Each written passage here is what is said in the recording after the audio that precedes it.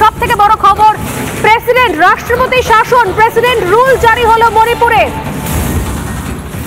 মুখ্যমন্ত্রী এর আগেই পদত্যাগ করেছিলেন, বীরেন সিং কয়েকদিন আগে পদত্যাগ করেন, তিনি সামলাতে পারেননি পরিস্থিতি এবং তারপরে পদত্যাগের পরে এই মুহূর্তের সব থেকে বড় খবর, মণিপুরে জারি হয়ে গেল রাষ্ট্রপতি শাসন। মুখ্যমন্ত্রী পদত্যাগের পরে রাষ্ট্রপতি শাসন জারি হলো মণিপুরে। এই মুহূর্তে সেই রাষ্ট্রপতি শাসন জারির এক্সক্লুসিভ কপি এসে পৌঁছেছে আমাদের হাতে। আমি নিউজ রুমে যাব, ময়ূক আমার সঙ্গে রয়েছেন। ময়ূক, এক্সক্লুসিভ চিঠিতে কি বলা হচ্ছে?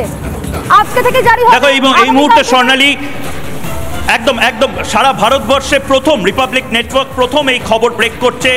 গেজেট অফ ইন্ডিয়া, অর্থাৎ যে গেজেটে প্রকাশ হয় কোনো রাজ্যে রাষ্ট্রপতি শাসন জারি হলে যে গেজেট প্রকাশ হয়, সেই গেজেট একদম রিপাবলিক বাংলার হাতে এই মুহূর্তে।